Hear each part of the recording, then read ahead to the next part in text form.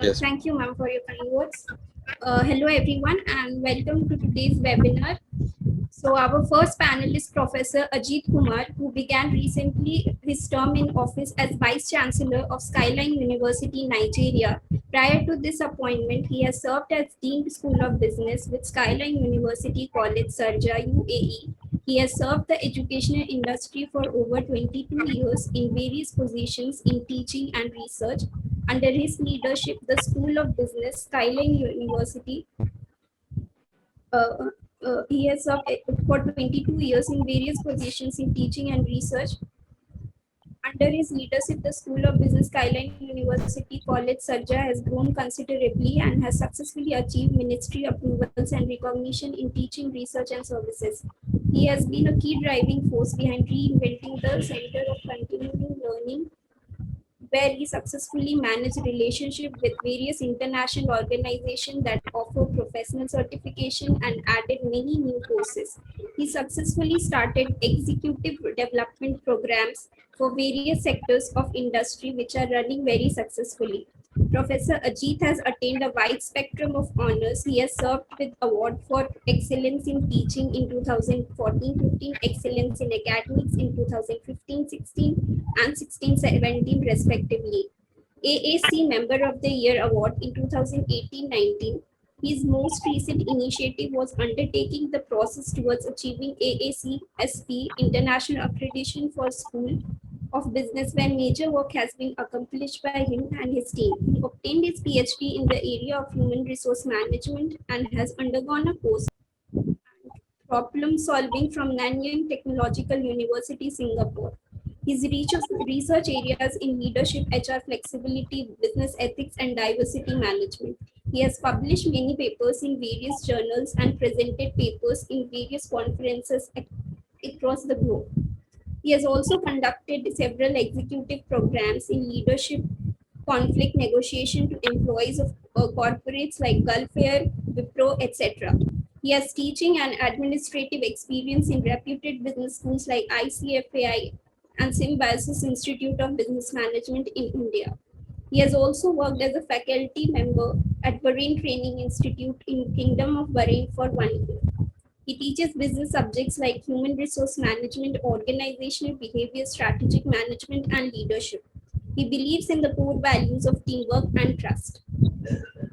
Our next panelist, Dr. Archana Tyagi, is a professor of organization behavior and human resource management.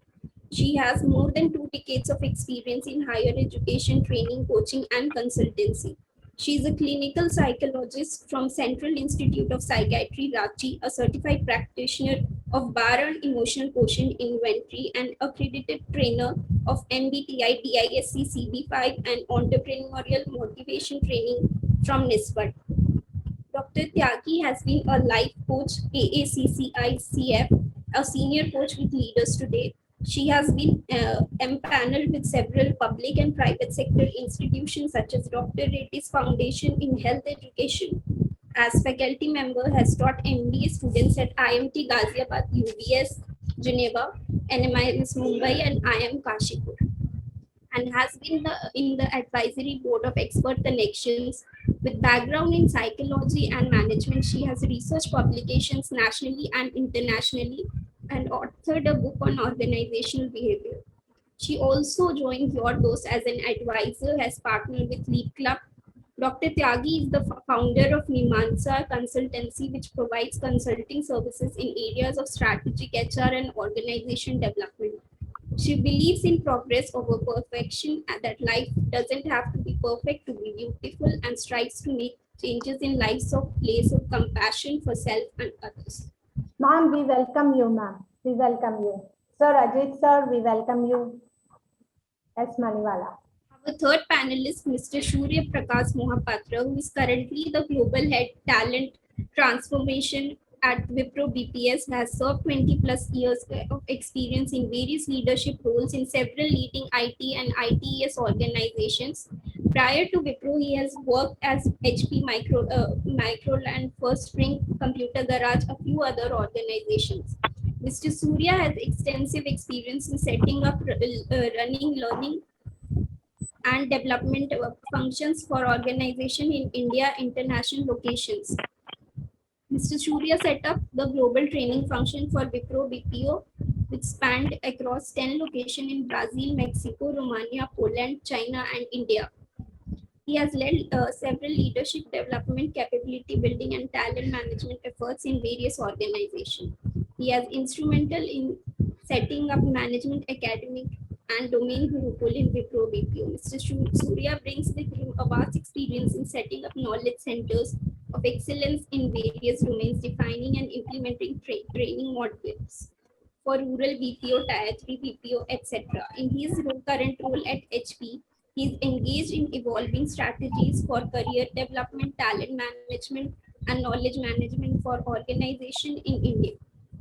He has, in the past, he played a key role in setting up training function in HP GBS. He was one of the key contributors to HP Charisma program as global lead for Training Tower. Some of the best in class initiatives led by him has received industry recognition as well. Mr. Surya speaks regularly in various national and international forums on topics related to HR learning and development, corporate culture, and spirituality. His articles have been published in various journals and magazines. He is the editorial board for L&D Community Quarterly e-magazine, Ekaksha. We welcome you, sir. Welcome you. Thank you. Thank you very much. Yeah. Our next panelist, Mr. Ashish Mittal, is the Group CHRO at Srinidhi Educational Group, Hyderabad, India. He comes with rich, diverse, and global work experience of 23 years spanning across CSR, IT, ITS, and education industry. He has done his HRH certification from IIM Bangalore and MBA from Southern New Hampshire University, US. Mr. Ashish has taken close to 15 lakhs plus interviews and is a certified competency-based interview. He is also a global certified psychometric test professional. In his earlier roles, he worked as head public relation at Akshaya Patra BPHR at Infosys, wherein he was heading a unit of 2,000 plus employees, head HR at Manipal International University, Malaysia, general manager and head HR at Chipnadar University. Mr. Ashish has been conferred with several prestigious HR awards. He was recognized and conferred as one of the most 50 best HR leaders 2021 by White Page International in July 2021. He was conferred the Asian Education Award for his HR contribution education sector in May 2021. He was conferred the Indian Achievers Award for Excellence in HR by Indian Achievers Forum and Achievers World in March 2021.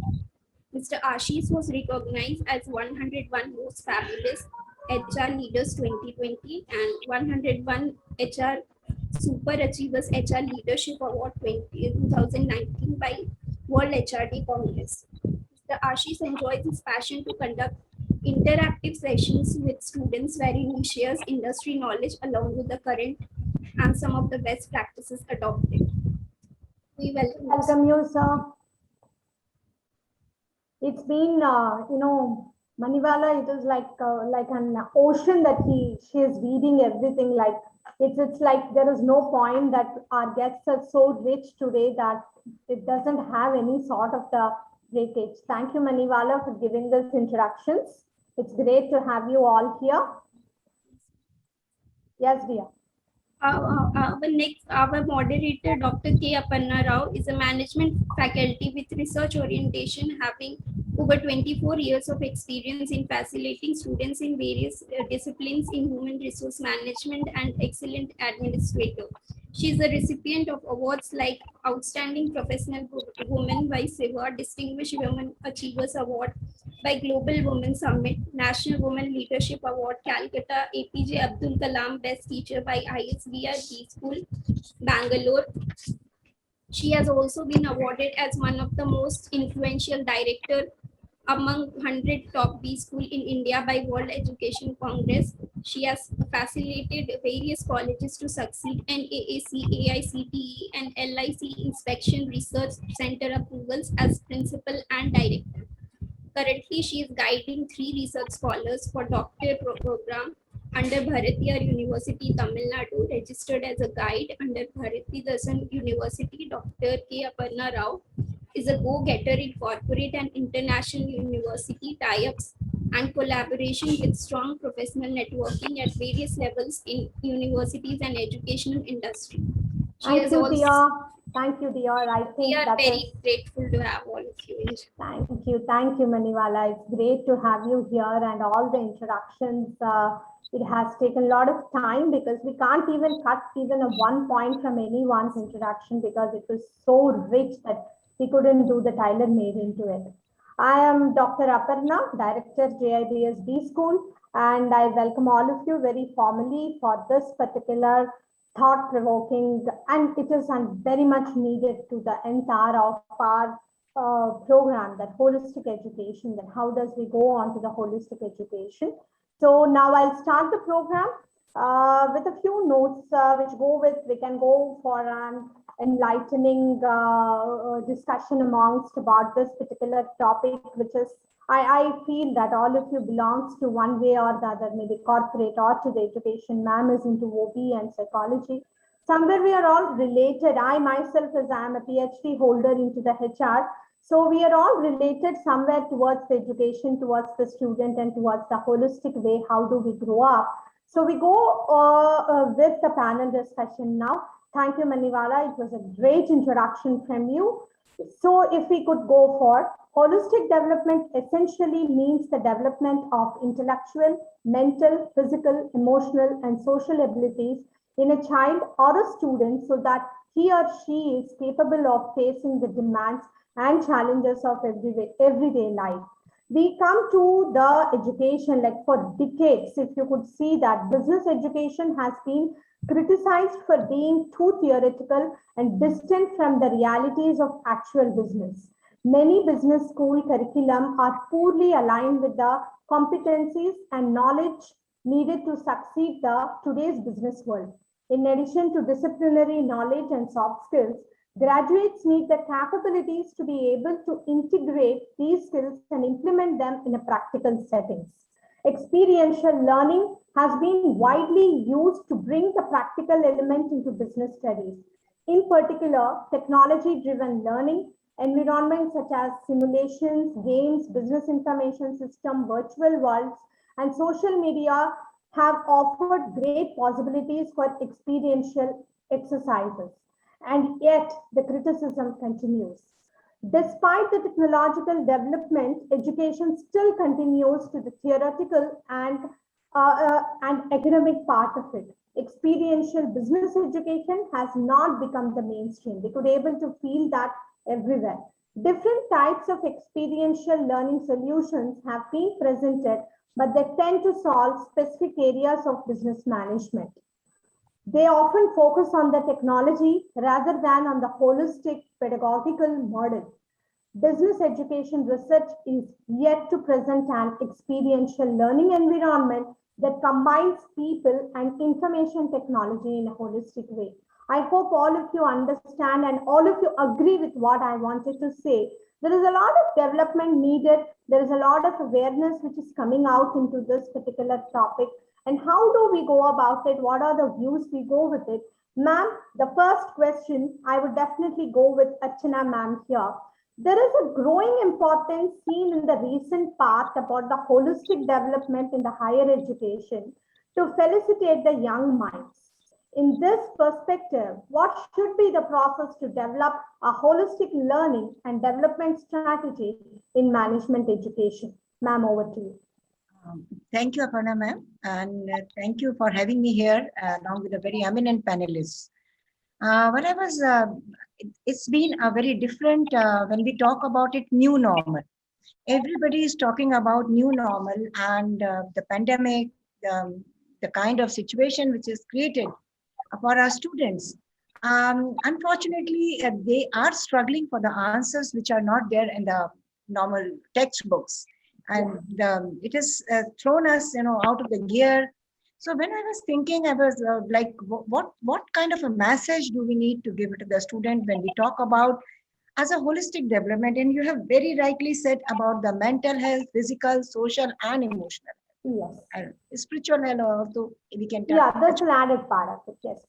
isn't it? So what is happening is, it's been since, I think I remember that last March, I think our Prime Minister has announced, and the kind of it has been almost more than or almost 1.5 year we are touching upon. The second wave was I think it was a heartbreaking for many of us. It has touched almost all of us in some way or the other. And we talk Yeah. about, I think there is one word which has, it really touched my heart when I was talking about the pandemic, and I hear about by Wharton professor Adam Grant, what he's talked about languishing. Now it is neither depression nor anxiety, but our students, they are suffering so much because they're finding it very difficult how to make have a like an awareness of especially of the mental health and emotional health, along with the kind of consequences we are seeing with people who are not able to cope up, able to maintain their physical health. And when we talk about it, I just wanted to discuss with the students that wanted to give them some idea also about their, when we talk about mental health.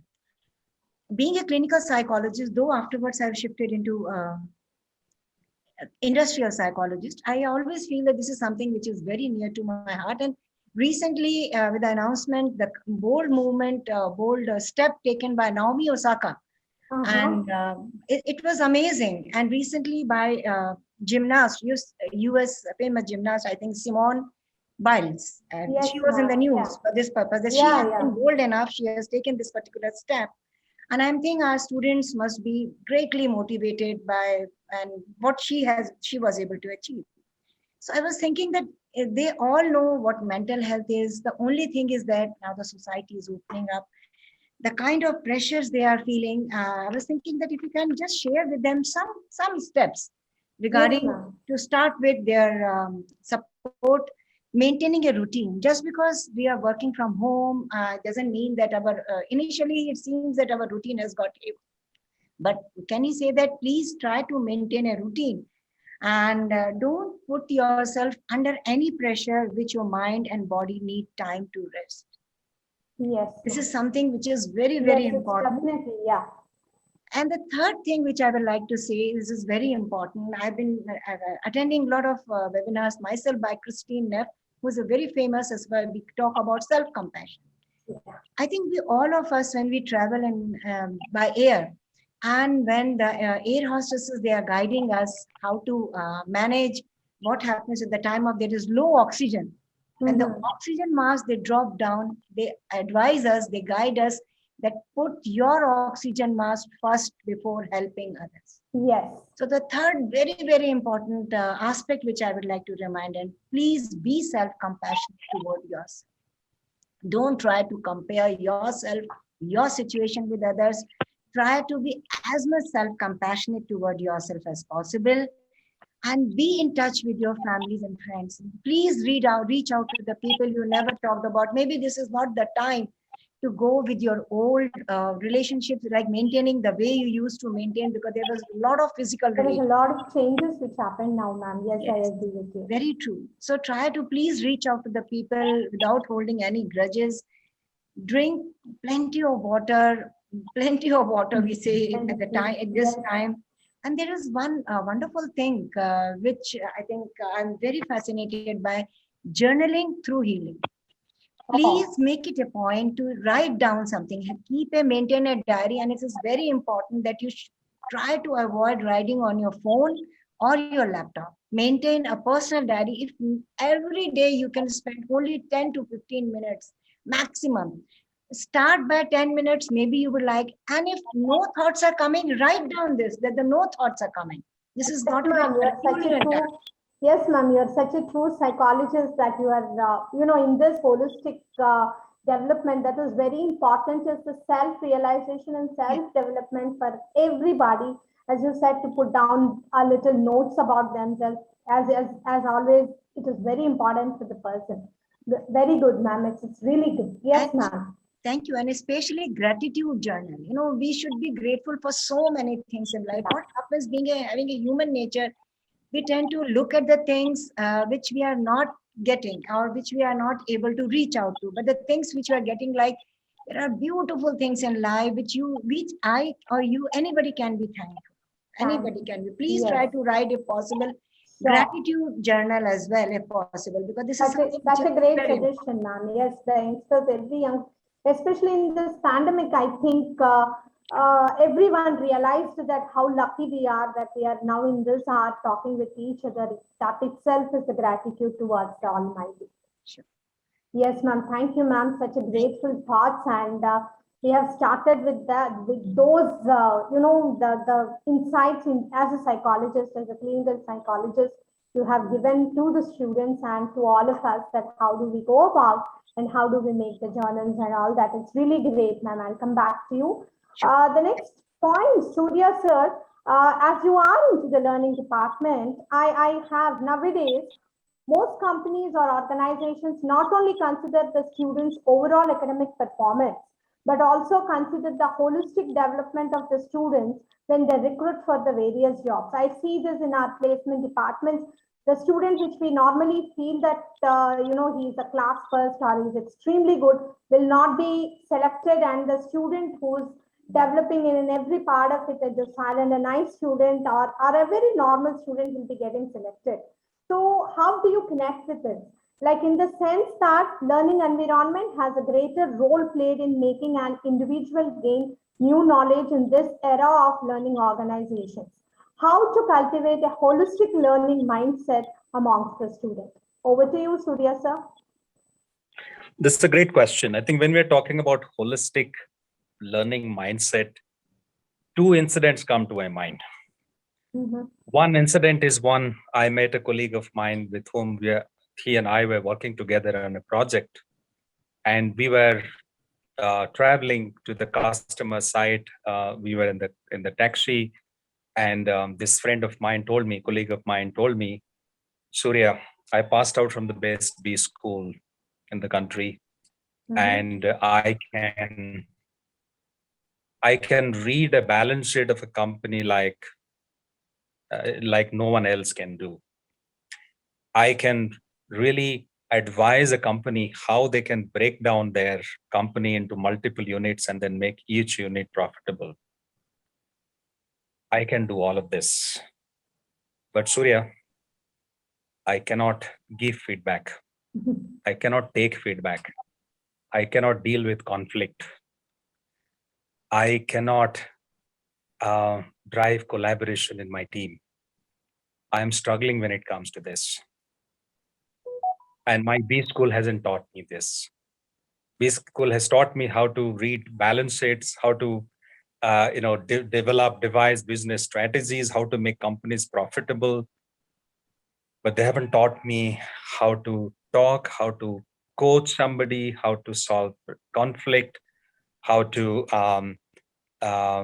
take feedback, how to give feedback. I struggle. This incident came to my mind when you were talking about holistic education. Yeah. And this incident, this is a reality. This is not an exception. There are Yes. hundreds of such talented young men and women who are extremely brilliant in the subject matter, in the domain, in technology, in science, in logic, but they struggle with other aspects of Yeah. life. This exposes, our ability to develop young students holistically. The second incident that comes to my mind is I was a mentor to a few B school students in a particular B school. There were 10 students that I was mentoring. And the first day I met these students, 8 out of 10 students confided in me Okay. that we don't know why we are pursuing this education. And one example I will share that because that example stood out. And I was talking to this young boy, and then I asked him, what happened? You are not interested in MBA? He said, no, I'm not. I said, what are you interested in? He said, I'm interested in music. I asked him, then why are you doing this? He said, look, I did not know that this will not interest me.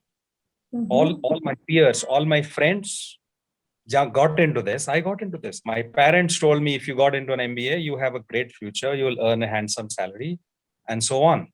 Why I'm doing this, I have no idea. I said, why didn't you drop out of this? He said, I can't. My father is a middle class man, and he has put all his savings in my education. I can't let him down. You know, what will he think? What will he do? He has put all his savings in my education. Mm. This is another example which exposes the flaw in our education system. Yes, sir. Yeah. So one is every human being has distinct, unique spatial abilities. Maybe in the case of this young man, it was music and not business management. But he was clueless. Our system did not allow him to figure out what is the right path for him.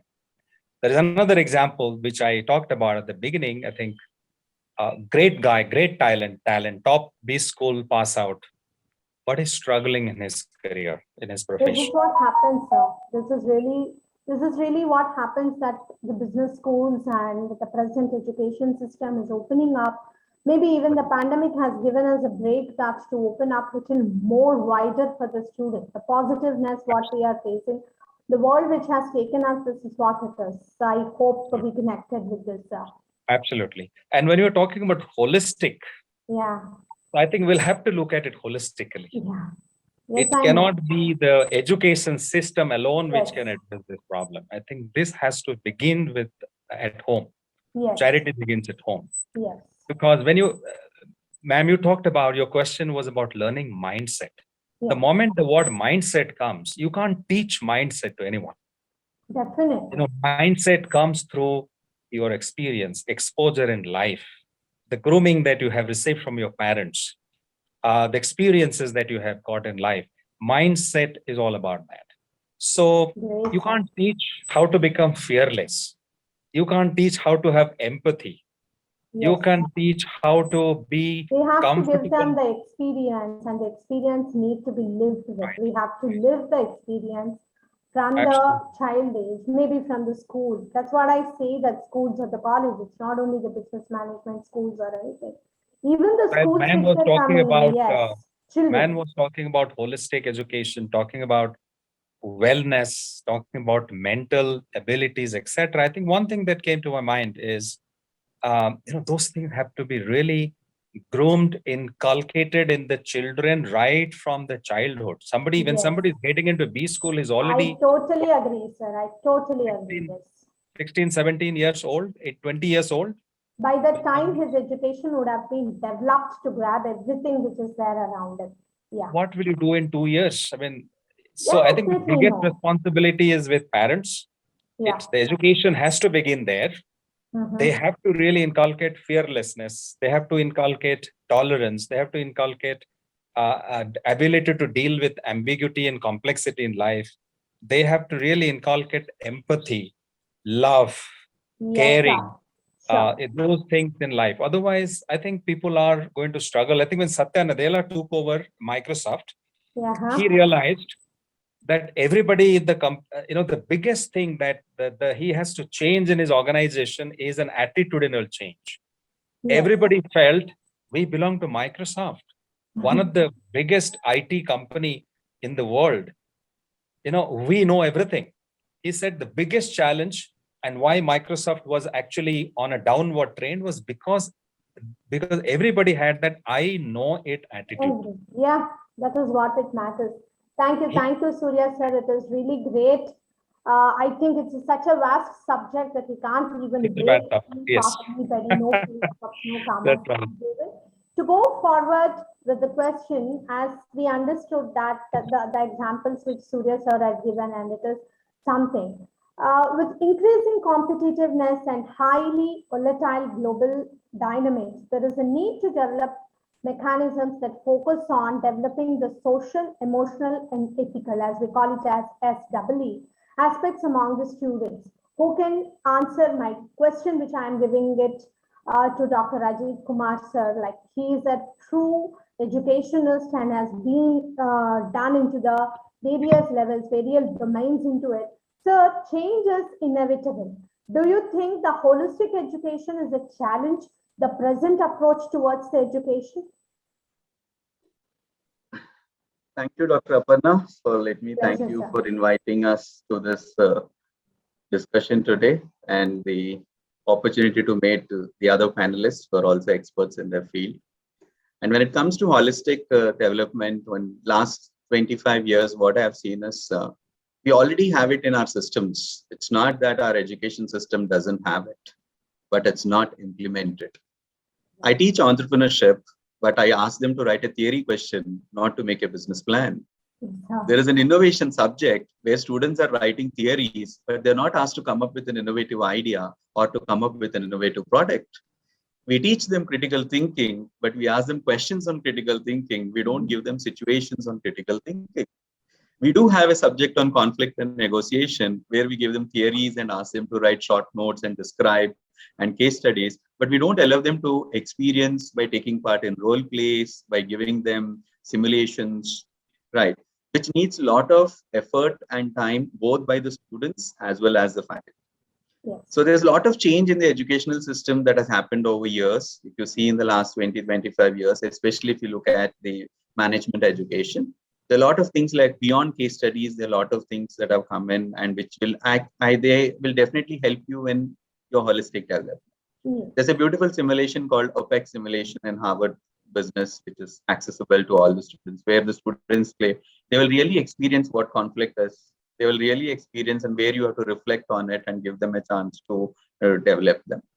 Yes, but today, because of the race, most of us, yes, there may be shortage of resources, maybe shortage of time, maybe shortage of what we call it as various other bottlenecks, whatever people, we are not able to get it done because at the end of the day, we want to do it as a tick mark and getting it done. Now, here I would like to say all the students also think out of the box, try to connect with the industry, right? Do projects, do things, try to know what actually is happening, get connected with people, right? So you will have to, because that is more important. I'll give you my own example. When I was doing my MBA, we had a professor called T.N. Murthy, he was a director. Every Saturday he said, no classes, we will do only personality development sessions. And he used to make us into groups and make us into panel discussions, meet the press and all that kind of stuff. Out of 60, not even 20 will turn up. But I think those Saturday sessions are what actually helped me how to deal with people, how to handle with situation, rather than my certificate of my of the knowledge. But I think the aspect of dealing with people, yes. Yeah. That's what has helped me in handling situations. And we also did not attend very seriously that time because we were afraid of him and we would like to go him. But I think he was doing it 20, 30 years back, who realized this and he wanted to do it. None of our other faculty members believed in it other than that professor. But I think when I look back, what he was telling is very true because that gave us the experience, right? When you're in a debate with somebody, when you're presenting facts to somebody. So, you know how to handle such situations and even how to, and one more biggest thing is we don't teach our kids how to handle failure. We always teach students to be successful, to get the highest offer, who will get the highest, who will get into the best industry. They should be able to identify students, what are their actual talents, what are their skills, try to map them, guide them, and ensure how we can link it with the course that they're trying to do it, where a lot of things can be done by what we call it as mentoring or guidance, or that can be done with students. So it is generally, I don't think it is a challenge, but I think it is the resistance to change on both the sides because everybody looks for a shortcut and getting it done. And if you are able to do it, I think, yes, it will definitely help us in getting into the holistic education. And I think even the current education system also, I think the regulatory bodies should look at not having an exam for everything and insisting there should be a 3-hour exam or a 2-hour exam. We should move into project-based. We should move into... There is a lot of changes which is happening in the schools. Especially the Western style of the schools is now being inculcated even in our country. Like you could talk about Montessori. I could able to feel the schools are there under the trees and all this. Maybe as you say that way back of your schooling, way back of your college, the ideas of the people now it is being putting into a way where the school is one thing where it is giving the holistic education and where we have to draw that from the school towards the college. What do you say, sir? Correct. I feel I'm connecting with it. even in the current pandemic, for example, as Dr. Archana mentioned, yes, we can have our own routine. We have to teach them. And Yeah. most important thing in the current days, it's the art of thankfulness and gratitude. People think it's their right, what they have, or they're bound to get it, or they are entitled for it. I think there is something that I really look, not only in students, even in my colleagues, everybody, there's no single inch of gratitude or thankfulness for what you have, but you always go on cribbing what is not available. And that makes a lot of, and That's I think that becoming- has to be also Sir, done. that's becoming a human nature. I think pandemic has taught us to be grateful to the people around us, to the blessing which we are receiving. Yes, sir. And I don't think it's a challenge. I think it's a doable even now, but I think everybody has to put in their hands more together, and if it's a Definitely. doable.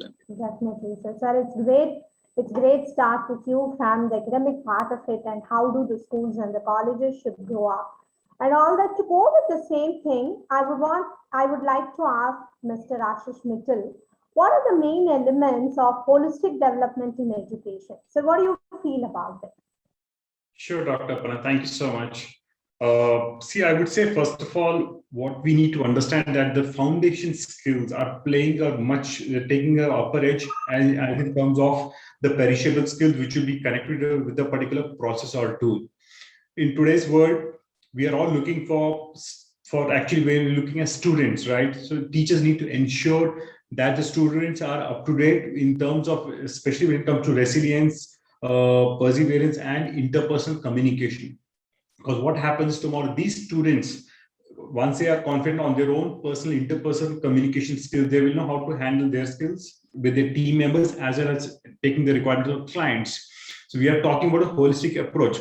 I mean, apart from, even in terms of from an HR point of view, when I'm taking interviews or when we are HR leaders are hiring people, right? We are looking not only on the intellectual quotient, as one of our Surya was just mentioning that intellectual quotient is MBA degrees are given, but ultimately today it's your emotional quotient which is taking an upper edge as compared to intellectual quotient. We're also looking for physical quotient, spiritual quotient. So my point is we are looking at holistic development. So I think the role of a teacher goes a very long way in terms of grooming a student in all these important aspects. And one of the most important aspects post-COVID also the personal well-being.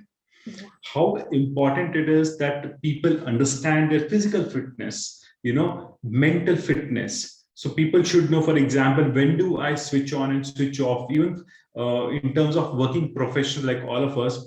I mean, today people are just cluttered with so much of work, stress management. But if we were trained during our school days that there is something called time management, self-discipline. There's a time to play, there is a time to read, there is a time to eat, there is time to sleep. So my point is similarly, if students are kind of encouraged and taught these principles of time management and self-discipline, it will help them to maneuver their lives once they enter into the corporate journey. Yes, sir.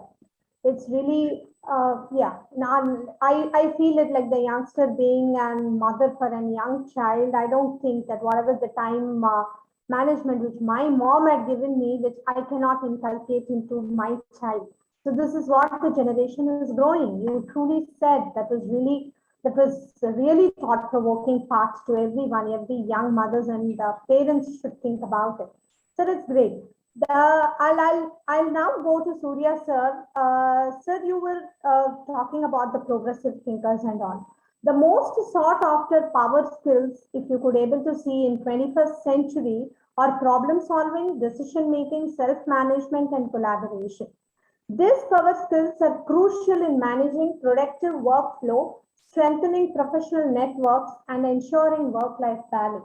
Sir, in this regard, my question is, progressive thinkers aren't necessarily for development of any country. Every one of us agree about this. In this regard, how does holistic education help create progressive thinkers for the country?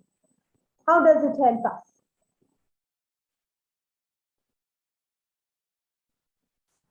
Sir, you're on mute, sir. Surya sir, you're on mute. Oh, I'm sorry. Sorry, can you hear me now? Yes. Okay. I think when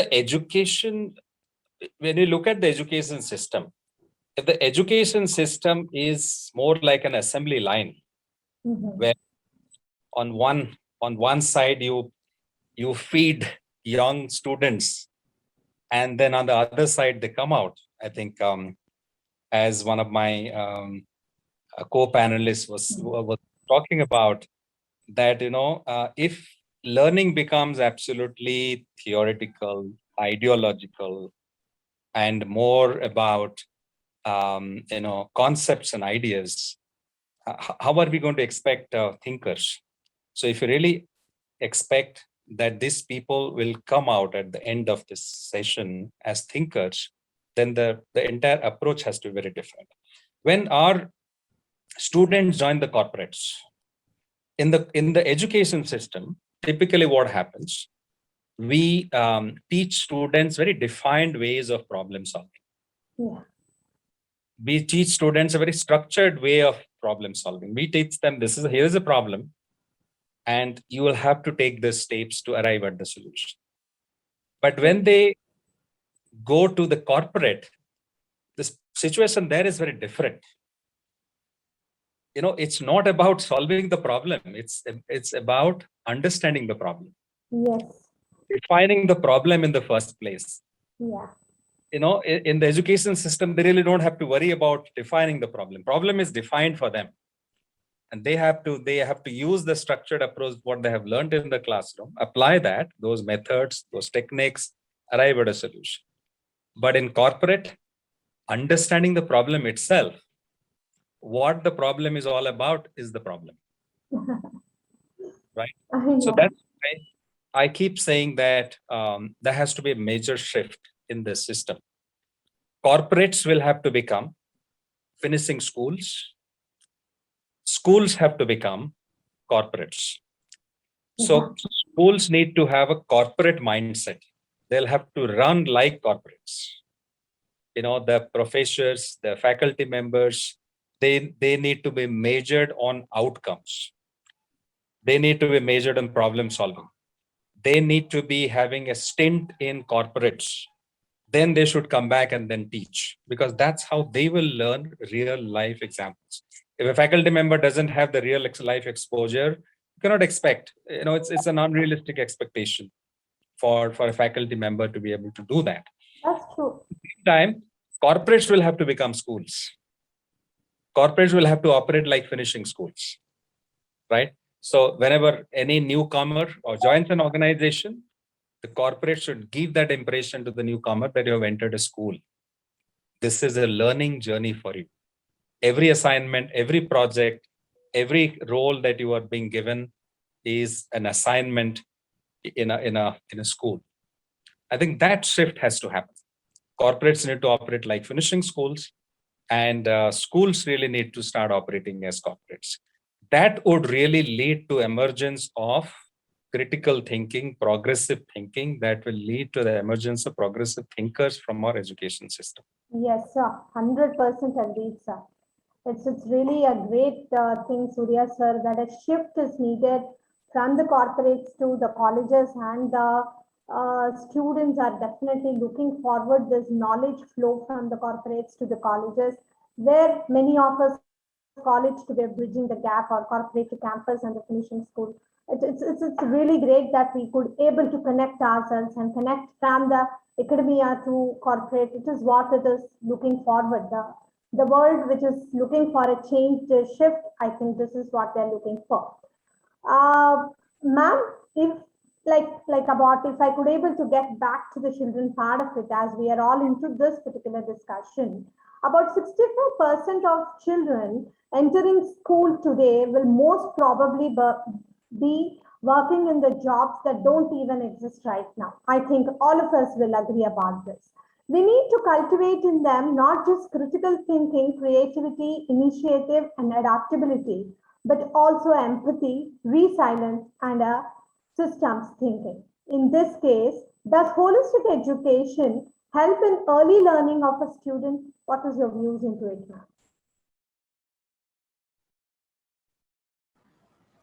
Thank you so much, Aparna ma'am. I think you have really hit the nail, and it's been a great learning hearing the other panelists, and they are just a master in their fields. And this is one thing which I was very, very concerned about, and empathy. Now we have been learning and hearing a lot about empathetic education in our curriculum, in our system. And when we talk about how to teach, and here I would like to differ from and beg to differ from one of the eminent panelists that empathy can't be taught. Empathy can be, it's like a muscle, and you have to keep working on your muscles to make it perfect and make it like if we are having little, so moderate to medium to high. And when we talk about empathy, there is one gentleman from Wharton, Professor Zamil Zaki, has been a great influence on me when I was reading about his book War for Kindness. He was having a Pakistani father and a Peruvian mother, and his entire childhood was spent on making them, looking at them, seeing fighting all the time, and everybody was trying to pull them towards each other. And this is the experience, this is the learning experience which he always quotes. And he, according to him, it can be learned. And when we talk about the new habits of mind, when we say that, so what he has suggested and what he suggests, can we incorporate 5 practices into our daily system? Pause before judging. Now, we as a society or everywhere, all over the world, I've seen people, I've traveled to few international places as well, lived. But I've seen that, yes, people can be very judging, immediately they jump to conclusion. While being a doctor facilitator for Dr. Reddy's, where we were facilitating and conducting programs, workshops for the doctors, I have heard many doctors say that as soon as a patient enters into my clinic, I was aware what kind of challenges and before he's going to bring to me, and without letting him giving any, chance to open his mouth. So can we pause? And believe me, this can be practiced before judging anyone so quickly. Second thing which he talks about, perspective getting, not perspective taking. It's the other way around. We talk about perspective getting. Can we ask the other person when he is bringing, as one of the panelists said, that yes, conflict management. Yes, we are so poor when we term, and these are the things which are not taught in the, very true. How much can be taught through case studies, and experiential learning also can go to a certain extent. But yes, it's very right when we talk about, can we inculcate this kind of habit, saying that please ask for perspective getting. What are you thinking about this situation? My thoughts are this, and I have a full respect for you. Somehow or the other, build kindness into your routine. This is not very difficult, and in this pandemic challenging times, it can be built. Reach out to a friend. You don't have to give every time something always monetary benefit.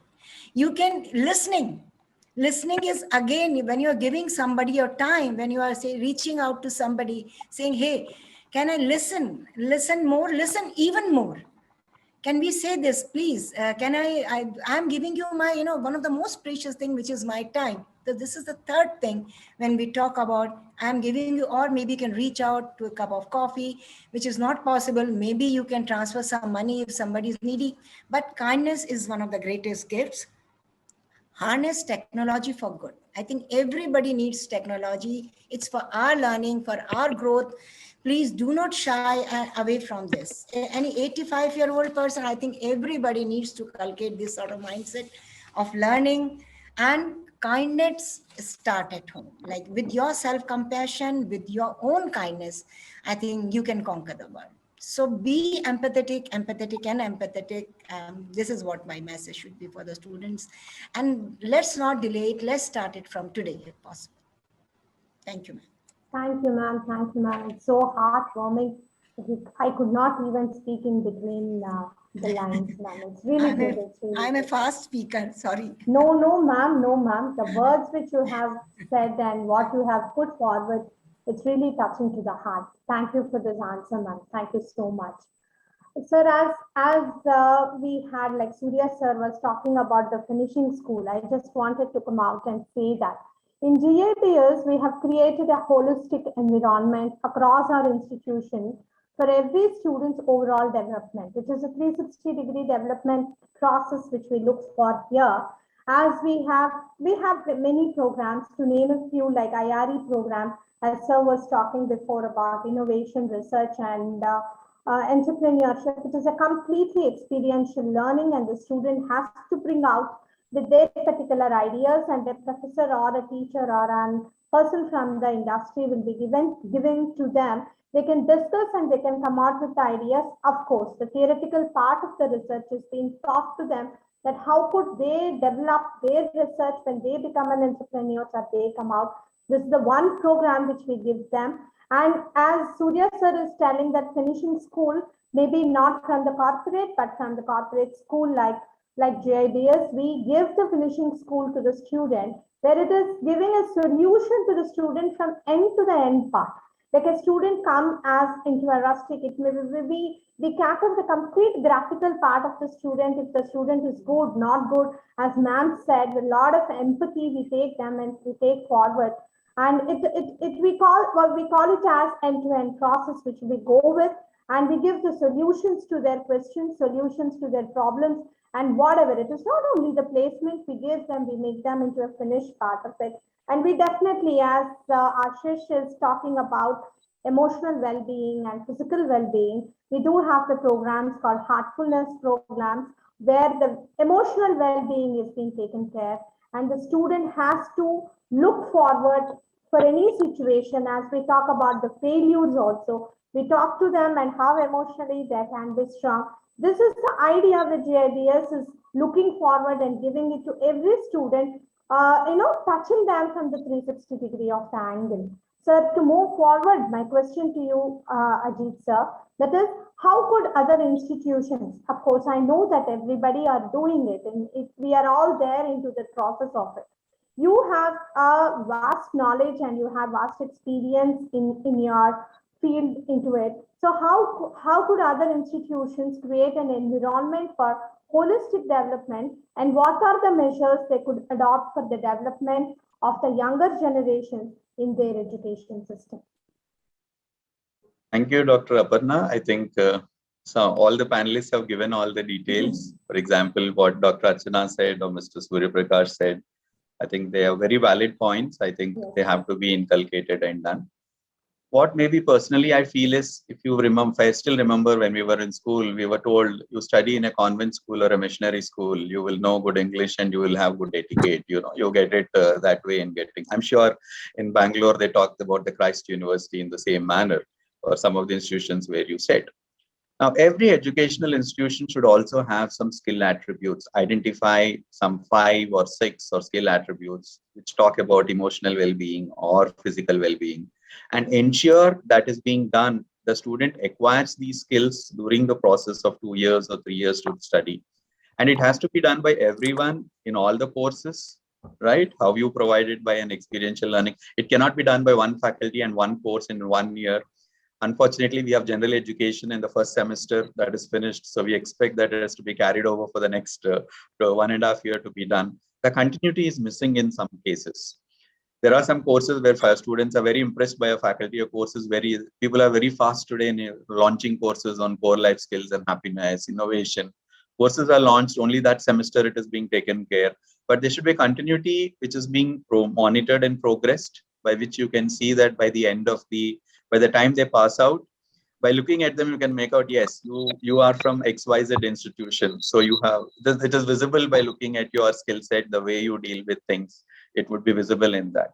It's a difficult task, but I think it's a doable, because all institutions cannot develop all the skills and getting it done, but we should be able to identify those key skills. And as Mr. Ashish said, if you don't have the foundation skills, whatever you do, you will not find the output. It becomes very difficult. I have seen students who come and do in the personal interview, GD, GB, do a lot of things, GEPI and all that. They come and they overtake us. They're complete different personality when they come back to the class. At that particular point of time, they give a different opinion of yourself, but their actual personality skills are something different. When they come back and sit in the class, we find a complete picture, a different picture about that. It is a difficult challenge, but unless you have the foundations, it becomes very tough. I think the foundations are being laid in the form of general education and general courses, but these have to be taken up in the other courses, and a continuous effort by all the stakeholders, I think, would result in at least, I will not say 100%, at least if we are able to get 50-60% and getting it done. So having some zero credit courses which can help in physical well-being, emotional well-being, right? Asking people to go and stay in the villages, understand what they happen, go into the, I think some of the institutions do that to make them understand how privileged you are today of having certain things and what others don't have. And actually even meditation and Vipassana sessions, what these corporates are doing for the students in Bangalore, I think even students should be exposed to these kind of things. And most important thing is we have to train students to face uncertainty. If something goes, crisis management. Yes. Oh, it is not done in my class, it's not done in my case. No, you should know how to handle it. So that's very, because I think the pandemic taught us very clearly, when everything is going down, when nothing is in favor, how to look in the positive thing. Yes, definitely you will have to be looking at kindness, empathy, and also to find out a solution and how you will make the team work towards, give them that confidence back and ensure that things fall back into normal and getting it done. I think, and this I've seen in some of the institutions where they have tried, especially in some of the B schools.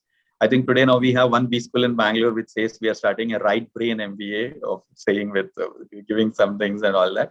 But really, if they're able to do that, and if your outcome is related to achievement of these skills, I think that's a great contribution. And the school will be also known in the world that, yes, if you study this, this is what. The simple example, what I remember in our school times, you study in a missionary school or a convent school, they say your English skills will be good, the basic etiquette to be done.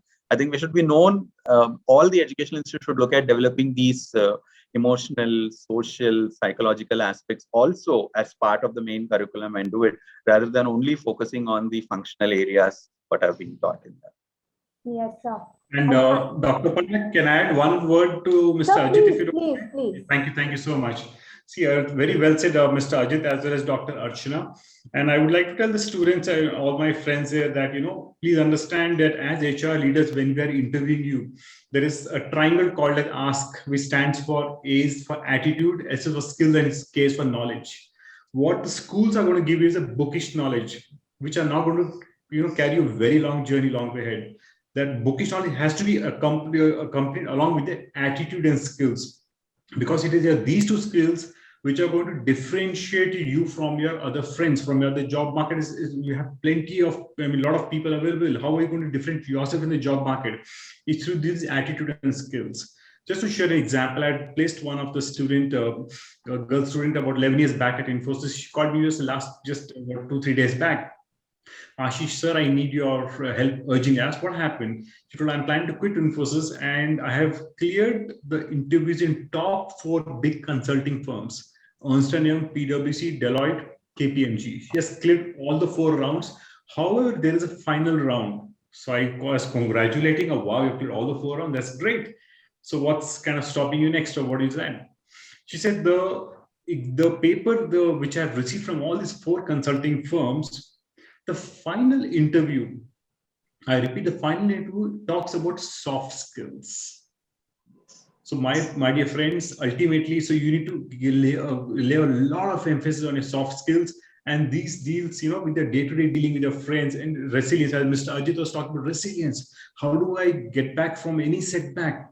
And my suggestion to you would be, to all of the students are, please do engage in sports. I am myself a sports enthusiast, and I strongly advocate that through sports, you can learn a lot of discipline apart from books, because when you win a game, you know how to control how to handle your victory. When you lose a game, and after playing a game, you also shake hand with your co-player. So my point is, sports will talk to you about self-discipline, what you should eat, what you should not eat, when to sleep, and how to organize my things.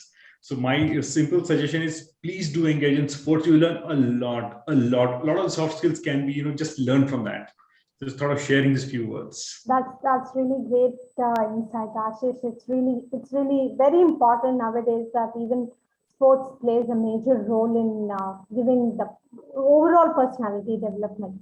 Manivala, I hope you're enjoying this, and as I was talking to Mr. Ajit sir that about the GIBS, how I think yes, ma'am, definitely I'm learning a lot from the valuable insights. I think GIBS has introduced IRE program, which bridges the gap between theoretical knowledge and practical knowledge. It helps us to have a real life scenario and helps to see the situations in real life. Yeah, this is one program Like which in is innovation class, we have the innovation class, we learned about the online difficulties faced by students during online classes, and we came up with solutions, what can be done to solve those problems. that's really great. Getting it from a student's mouth is what is the practical part of it, which we all have to. Thanks for the clap, Archana ma'am. It's so nice. Thank you, sir. Very nice, Maniwala. But it is nice to hear it from you. Sir, like we come to the emotional part, I have a couple of the questions to Ajit sir and Ashish sir. And Surya sir has to leave for a particular meeting. He got it, so he has disconnected himself from the thing. Sir, to go forward, Sir Ajit sir, I would wanted to give this question to you only. Teachers do enormous work behind the scene other than teaching, which some people fail to realize. What do we need to know about holistic development and prepare as teachers and service providers? So what do you say, sir? What do you say? What do you talk about this? Definitely, yes. Teachers' job is there are a lot of things that teachers do back end and trying to do it. But as somebody said, everything is looked at your outcomes. And whatever we have done, if it is not giving the result, then whatever efforts we are putting goes into drain. So I think we need not be worried about people are seeing our efforts or not, but we should be able to see whether we are able to get the required change, develop the required skills in people. And there is no standard formula that will work, because it's, in my experience, I've seen what works with one batch will not work with another batch. What works with one student will not work with another student. And another common mistake as teachers we make is we expect all the students to perform at the same level, which will never happen. Some student will get only a C grade, but he has his own positives where it has to be identified, developed, and he has to be done. And one more important thing I always feel as if a teacher is, my top priority is always the bottom 1/3 of the students. Yeah. Top 1/3 will always study, whether you teach them, you don't teach them. Average will also swim together. But I think a helping hand is always needed for the the bottom 1/3. And if a teacher is able to extend the help, not in the class, even you can talk to him in your staff room, and a simple talk with them that I'm there to help you, I'll be there to help you, come out of your inferior thing. I have seen many students transforming themselves and they still remember nothing. We only had a 10 minutes talk, but really that changes their life because it gives them the confidence and makes them move forward. I think, yes, and most of the teachers, and teaching is a noble profession. I'm very passionate being a teacher. Unfortunately, I'm a vice chancellor now from the last 6 months. I miss being a faculty because that gives me a lot of happiness interacting with students. And it is a reverse process. I have learned many things from my students. There are a lot of things that I've learned, not only subject, not only experiences. I read some of my students who are very above me on emotional, psychological aspects. And really, I quote them in the class because it's a really example for the entire, it's something which we can learn from them and try to do it. And definitely, yes. And I think as teachers, I think we do a lot of back-end work. We all work on doing a lot of things. And I think the biggest satisfaction comes in when you see your student coming out with flying colors and being successful in his life. There is nothing that can be measured, not an increment, not a promotion. And the same student meeting you after 10 years and telling, I was your student, and talking to you, that happiness that I get when I meet them, when I see them on flight or traveling, that cannot be compared. And I think as a teacher, I'm very proud being teacher of that, because I feel that we had impacted very few lives. We may not be able to impact all 60 students in the class, but at least we are able to impact one or two. And if that really helps, I think our job is done. And I'm sure that way, I would expect all teachers. And one more thing I found is most of the people, because I don't get job in corporate, people come into teaching for time pass and do it. Now, such cases we get disturbed. There are many cases where I also had to come, because people who are not passionate to teaching, when they come into teaching, then the entire purpose is lost. It causes a lot of damage to the institution and the system. And in today's world, getting that passionate teachers who really are interested in student development is very, very important. And one more thing I would like to add is, to be a school teacher, you need a B.Ed and M.Ed. But to be a postgraduate teacher, you don't need anything. You have a PhD, it's enough. I found it very strange. I don't know, but my colleagues may not agree. But I think there is a mechanism by which you can even train graduates or postgraduates.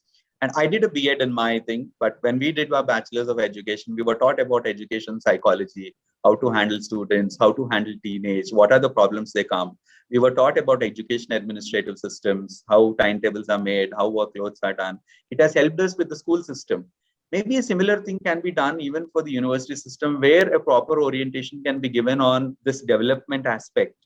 Yes, technically they are very sound in their knowledge, no doubt about it. But how to focus on self-development.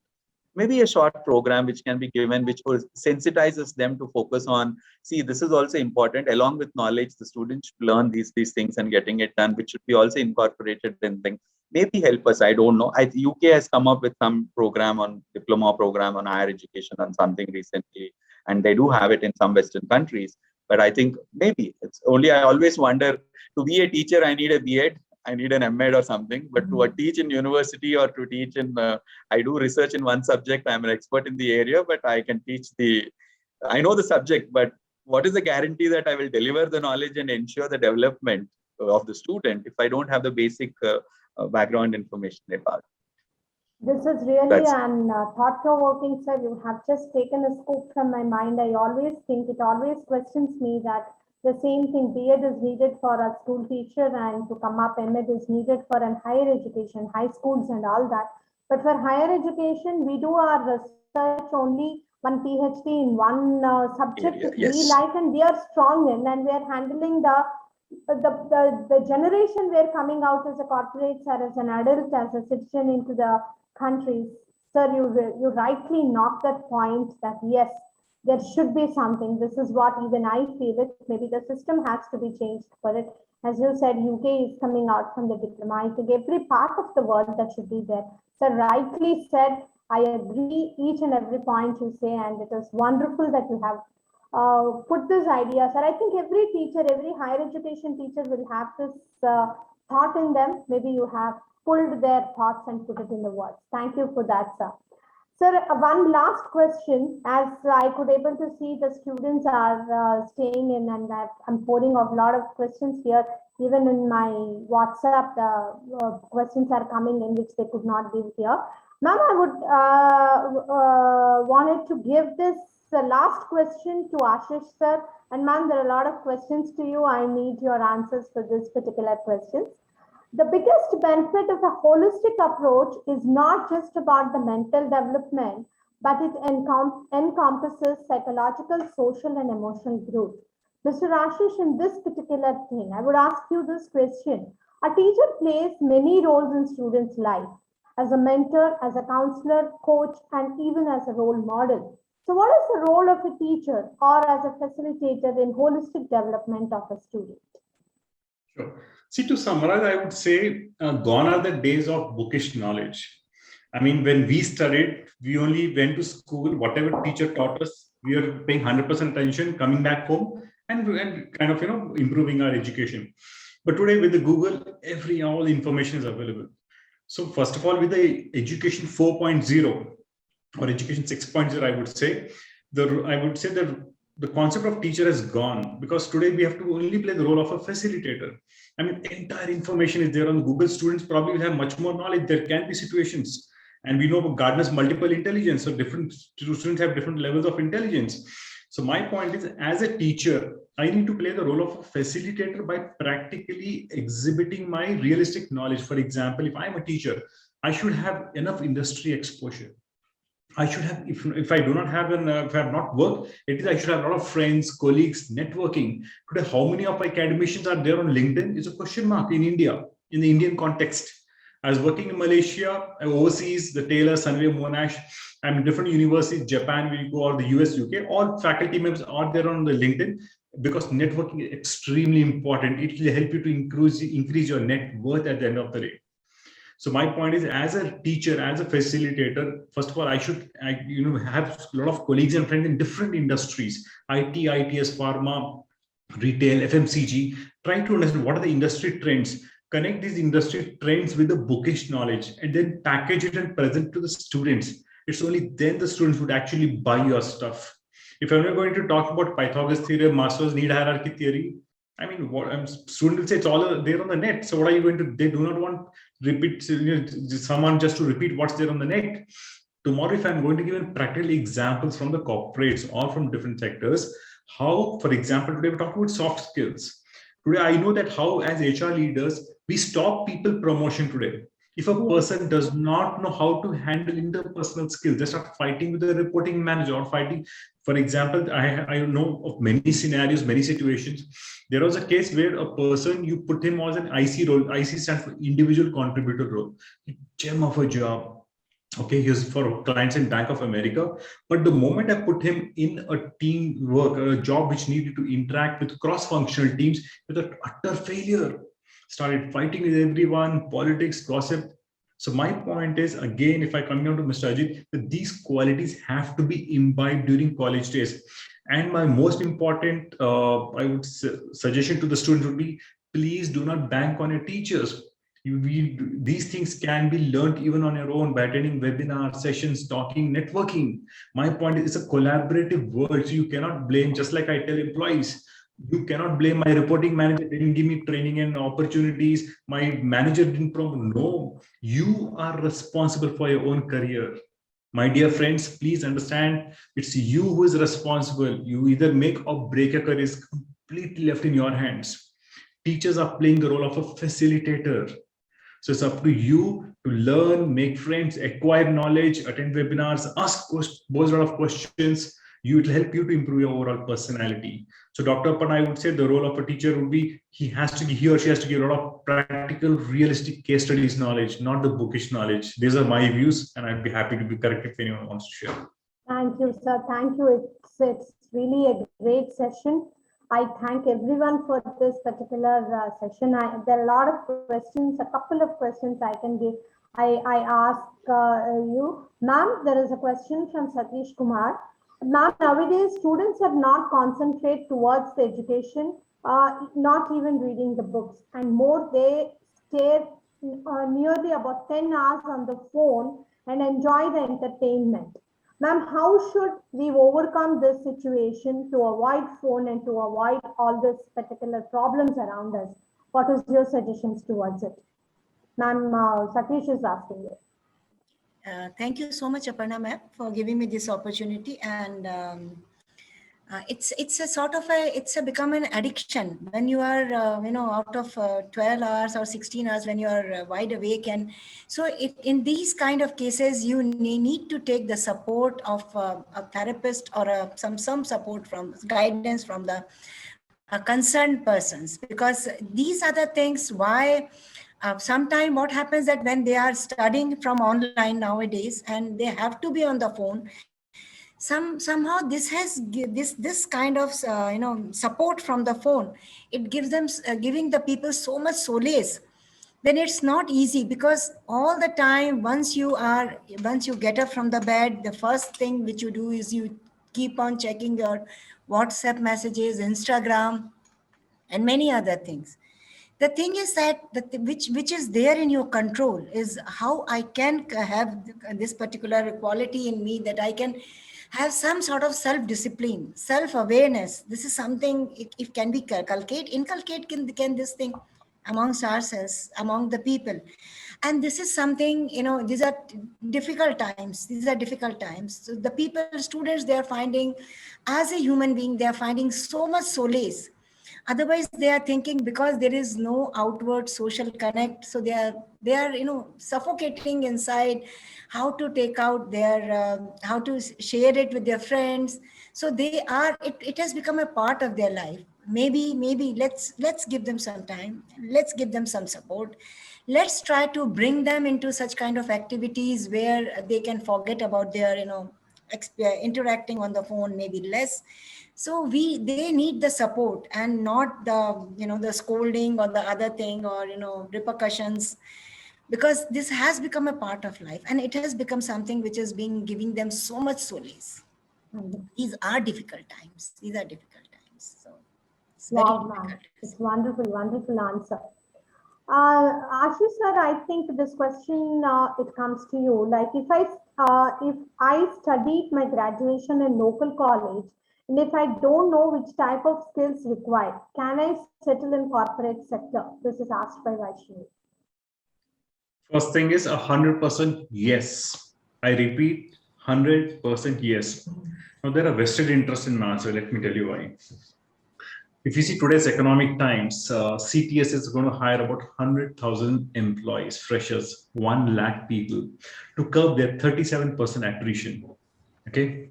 So what's happening is from the corporate side, first of all, let me tell you, when we hire people from the metros, the attrition rate is very high for the industry, for the organization. So what we do is from the corporate side, we go and hire from tier 2 and tier 3 towns, which is a blessing in disguise for you. I'm just trying to correlate your situation with this, with the industry situation.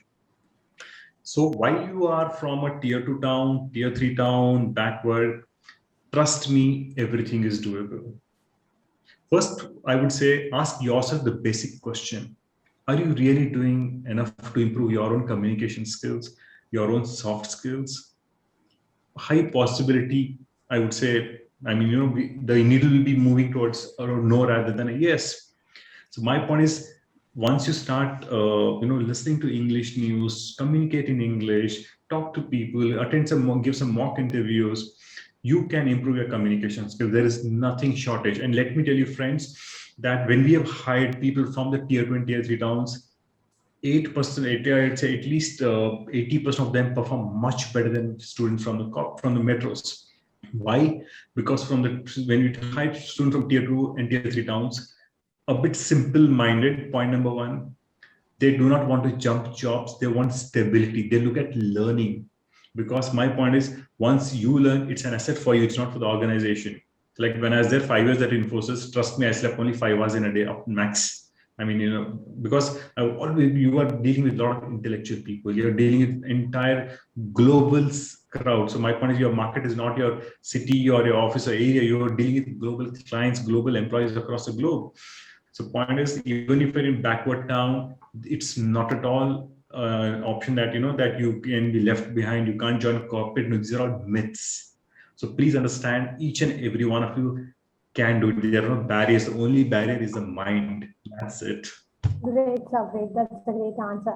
Sir, Ajit, sir, I would wanted to give you a question. A lot of questions here to you, sir, but I felt this need to be answered. Is the satisfaction required in holistic development? Asked by Nishant Mishra to Ajit, sir. Satisfaction required? Can you repeat the question? Is the satisfaction required in holistic development when a student is developing himself in every aspect, in a complete way of it? Do you feel that satisfaction is required for the student in that particular level? I definitely feel yes. But the most important thing is, before they learn, get into holistic, they should understand why. So I think there lies the role of all parents, teachers, everybody, to make them understand. We may call them as life skills. We may call them as that. Because at their age, they don't give that importance to those skills. They feel that getting a rank, getting the placement, that's only important. I've seen many students joining. I will join this. I will get into this company. I'll get the highest package. And they're very successful. They go there 4 or 5 years, they collapse. But a mediocre person who goes into a small company, he makes to the top and be successful in his life. But unfortunately, they look for these short-term gains. And why that high performer did not perform and a low performer performed? Because he had the required skills to go there. Then he had developed those skills. And these are what we call it as your life skills, your psychological skills, emotional skills. And as Ashish said, yes, nothing about your bookish knowledge. You have the right attitude. You have the right interpersonal skills. You can learn knowledge at any age, at any time. But if you don't have that, if you don't have the confidence, if you don't know how to handle the situation, however knowledge you have, it becomes very tough. And I think that you will be satisfied when you find there's a need for it and you know that you are acquiring and you understood. That makes you much stronger and confident. And I feel that satisfaction level is important even in a holistic development. Don't do it for the sake of grades. My sincere advice to students, because most of the time we are always into the rat race, grade A, grade. I want B. You get a C grade, no problem, but understand why it is done. And if you have acquired it and it be part of it, life is yours. The future, you will see that success in your future, which you will realize as time passes. Yes, sir. And just to give a context, Mr. Ajit, to add to your few words, all of us know about Mirabai Saikon, right? And I would just request you please read her life story. that she didn't have dumbbells to, like all of us go to the gym, or a lot of have the facility. She carried the firewood on her hands. Okay. Her father and mother, very simple, from a backward area. They were earning very less money. So my point is, it's her attitude, hard work, determination, perseverance, resilience. So all these qualities has made her a leader today, right? So I'm just saying this is a live example. Since you asked a question, just study back her history, what it is, and where she is today. Sir, sorry to interrupt. There is a question which is going with the same answer. I think it has been asked by Mr. Pradeep. Can you tell something about spiritual education and how it's helpful for the management students? Is what we are going now talking about, Mirabai and all that. Ashish, you can go with this spiritual education and how it is helpful. Sure, definitely. See, today we are talking about a very highly competitive world, a very digital world, right? I mean, as Dr. Archana was mentioning it, forget about students, even we have issues and challenges. Let me tell you at my end, I also get up in the morning. It's a human anxiety, We try to check up our Facebook, LinkedIn, WhatsApp, emails. It's not only you do. Unfortunately, it's a digital era where all of us have to live with it. We can't avoid, otherwise we'll perish. But what we can do is self-management, time management. There is something called restaurants in Japan and Korea, I'm not sure in India as well, disconnect to connect. Yes. Okay. So point over here is, as I said, there's a mad rat race in a corporate world, okay? And you're bombarded day and night, a lot of information, activity, action happening.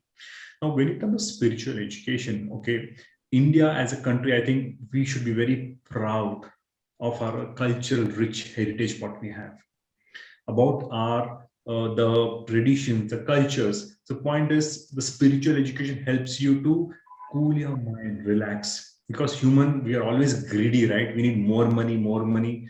Today, 1 lakh, tomorrow 1 crore, tomorrow 10 crores. There's no end to it. Absolutely no end to it. But spiritual education terms, it helps us to understand, to be thankful for what we have, as Dr. Archana was mentioning.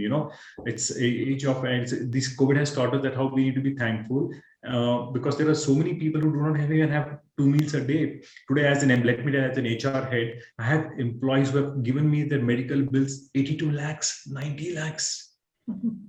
Families, father, mother, brother, everybody passed away due to COVID. So the point is, spiritual education helps you to understand that we are a minute portion of the Almighty's creation. Yeah. We need to be thankful for what we have, and also learn to control our anger, learn to control our desires in life. There is no end to it. Today, why you take relationships? In one of the universities where I work, I had a counselor psychologist. So when I was talking to her in an offline mode, I was trying to analyze from an HR point of view, 70% of the issues broke down to relationship issues, which means we do not know how to control our stress management, emotions management. So spiritual education, probably in terms of yoga, or probably in terms of chanting few mantras, or in terms of at least going to your religious, be it church, mosque, temples, making it as a part of your routine, helps you to understand and keep that there's something called Almighty Lord. Today we're talking so much of ego attitude. We do not even tomorrow. How many of us will even wake up tomorrow morning? It's a huge question mark. So why are you attached to small things in life? Have a bigger heart. Learn to let things go off which are not for you. And what is for you, trust me, will come to you. So spiritual education, either reading any of the spiritual scriptures, be it Gita, Quran, Bible, everything points on that.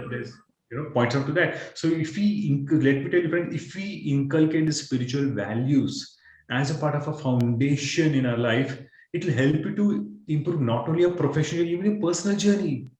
Tomorrow, what's the point of having a huge professional growth but zero family background? I know, sir. That's very important, like where we connect with the thing. Thank you everyone for giving your time and coming over here and sharing it. This subject, I feel just we have started and it is already ended of 1.5 hours. Manivala, do you wanted to say anything to all of us now? Yes, ma'am. Can I just take 2 minutes? Ma'am, please. Just 2 minutes. Thank you. I think that the context has been set by all the eminent panelists has been amazingly useful. I think that I'm grateful that I'm here, and learning is immense for me as well. Recently, just a day or two ago, I was reading LinkedIn study which is, they have done it on 1,000 students who were born between 1995 and 2015, called Gen Z. Oh, Very interesting study. I thought that it's very pertinent for this particular panel discussion, and they have done it for 1,000 students, age group of 18 to 24 years. I think all of you will be able to relate. The survey captures current sentiments, changing perceptions, and future outlook. And without going much in detail about what kind of skills they were talking about, hard skills and soft skills, the skills which the moderator of this study which came out was the 5 things. I think somebody is asking, and before going to those 5 skills, I think they're very, very pertinent, and which any person from any small, medium, or big town can make it a part and parcel of their life, because holistic education is when we take each and every student or a human being as a very unique one with their individual personality traits and their strengths and weaknesses. So the 5 soft qualities or skills, 5 skills which has been talked about the moderator of that particular study was curiosity, the ability to ask questions. Please be curious. Don't go anything you're not understanding. Or don't be shy. Many times in a large classroom settings, I've seen that people find it very difficult, maybe because of the perception, maybe because of the ridicule or anything. Don't hesitate to ask questions. If not in the classroom, offline, maybe you can ask. Ability to change. This is something, as we all are talking about, the pandemic has taught us one thing. What we are having today might not be available to us tomorrow. So please be grateful and take this as one of the greatest gifts. Get comfortable with the technology. This is very important. You can't say that, no, I'm such and such year old and I have not been dealing with this. You have to learn to be comfortable with the technologies. And I think one of the eminent panelists has mentioned that giving and receiving feedback. I think Mr. Mahapatra has mentioned, he's not there, unfortunately. So give and receive feedback is a great art. When you make yourself vulnerable by asking for the feedback, you're putting yourself in a very, soft situation where, any kind of feedback can be given you, or when you take the courage to give feedback to others. Last but not the least, how to be a student, a continuous learner, constant learner throughout your life. Age has got nothing to do with it. Whatever is your mindset, don't think. I always keep my students or my coaches or anyone that your employability is in your hand. Nobody is, you are answerable to yourself. yes, that's true. And I think Mr. Ashish Mittal has been, emphasizing again and again. And one thing I think, which is said, that Google is the ultimate thing. You are the facilitator. The one thing which I would like to share, which I have been using the example, and I would not like to give you the answer for this, for the right attitude and mindset. Please Google it, the name of Marwan Attapattu, a Sri Lankan cricketer. Please do it, and you will find how the right attitude and the mindset can take you to the greater heights of your life. Please remember Marwan Attapattu, a Sri Lankan cricketer. Do go and Google it, because here let me play the role of a facilitator. Thank you so much. Thank you, ma'am. Thank you. It was such a great ending that you have done it. It's really great to give this insight to us. Thank you so much, Archana ma'am. It's indeed a great pleasure to have you here. Manivala, do you want to add up something, dear? Yes, ma'am. I really learned a lot from each of the panelists. And as Ashley sir was mentioning about spirituality and all, so I think GIBS Happiness and Success Program is also doing the meditation program, which is very refreshing, I think. Very good, Manivala. Thank you so much, dear. Thank you, everyone. To all the participants, I say that on the Monday morning into your mail ID, you will be getting your certificates. We will promptly give you in the Monday morning. And we'll play the GIBS video. I request the guests, if you people are okay enough to stay with us. It only takes about 5 minutes to play the video over here. Pradeep sir, can we have the video, please? Yes, madam.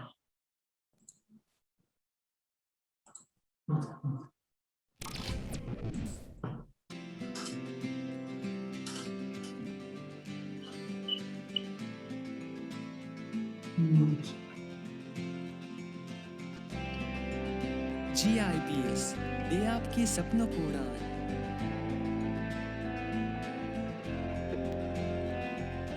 GIBS, fulfilling your dreams. Learn, earn, and return. An arena of knowledge with great amenities. Get a global perspective with the international faculties.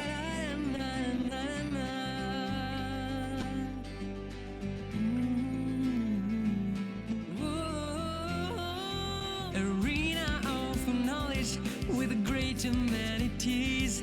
Get a global perspective with the international faculties. Placements, internships are knocking at the door. Get amazing exposure with the international tour. Conferences, startups, all you need is here. Igniting the creative you in a guiding atmosphere. Prestigious place, top-ranked business school. With premium recruiters, we've built the strongest pool. Hostels are second home, lovely cafeteria.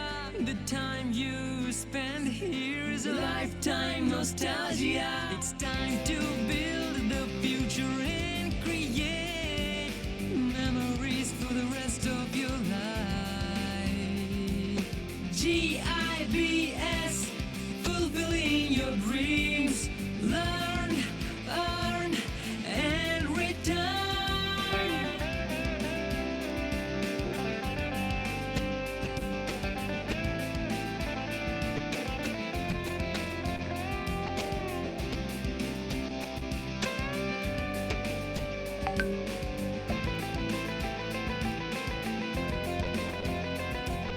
In the scape of your wishes and desires, in the sky with a million dreams.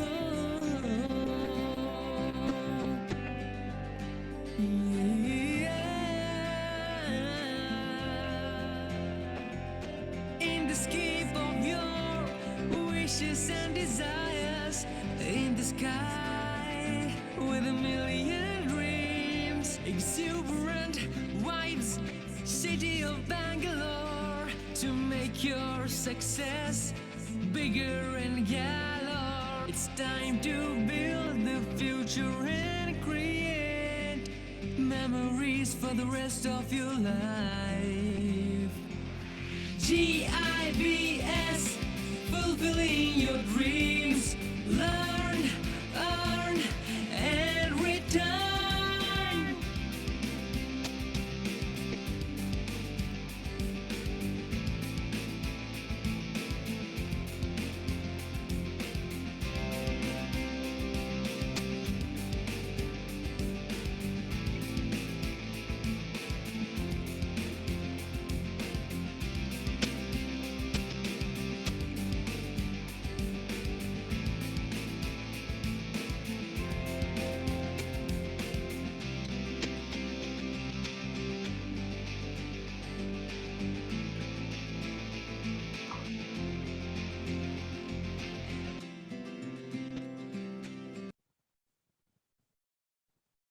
It's a small video of our college sir and ma'am. Thank you so much that you people are there with this video and for your time. I thank both of you and thank to the other, both Surya sir and Ajit sir also, they are not here. Ajit sir got a meeting at 6:30 and Surya sir got a meeting at 6 o'clock, so they have gone to their particular meetings. Ma'am, we'll keep in touch. We'll come back to you. We need a lot of knowledge from all of you to the campus. Please make yourself free, shoulder the students, and Sure. let's fill up the gap which is needed. Thank you. For everybody. In Thank you, gratitude. ma'am. Thank you, ma'am. Thank you, Aparna. Thank you, Ashish. And thank you, Ajit. Thank Thanks, you. Dr. Karan. Thank you. Thank you, sir. Bye-bye.